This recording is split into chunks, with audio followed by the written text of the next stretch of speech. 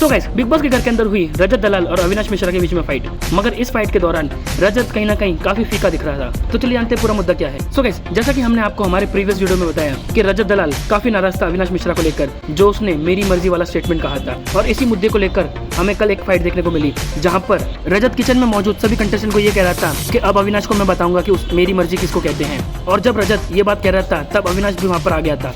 और फिर अविनाश कहता है कि आप क्या बताना चाहते हो मुझे, आपके दिल में क्या है मुझे कहो। जिसके बाद फिर रजत कहता है कि ये घर किसका है, तो अविनाश कहता है कि बिग बॉस का। तो यहाँ पर मर्जी किसकी चलेगी, तो अविनाश कहता है बिग बॉस की। तो तूने इस घर का रूल क्यों ब्रेक किया और क्यों तू दूसरों के कान में फुसफुसा रहा था। जिसके बाद फिर अविनाश कहता है कि भाई मेरे फ्लो में निकल गया था मेरी मर्जी, तुम इसको मुद्दा क्यों बना रहे हो और इतने हाई टोन में क्यों बात कर रहे हो। जिसके बाद फिर रजत कहता है कि भाई ये मेरी मर्जी है और मैं इसी टोन में बात करूंगा, जो उखाड़ना है उखाड़ ले। जिसके बाद फिर अविनाश हंसते हुए ये कहता है कि ये कैसी हरकत कर रहा है और कैसे बात कर रहा है। तो रजत काफी गर्म हो जाता है और फिर आउट ऑफ टॉपिक होकर कुछ भी कहने लग जाता है।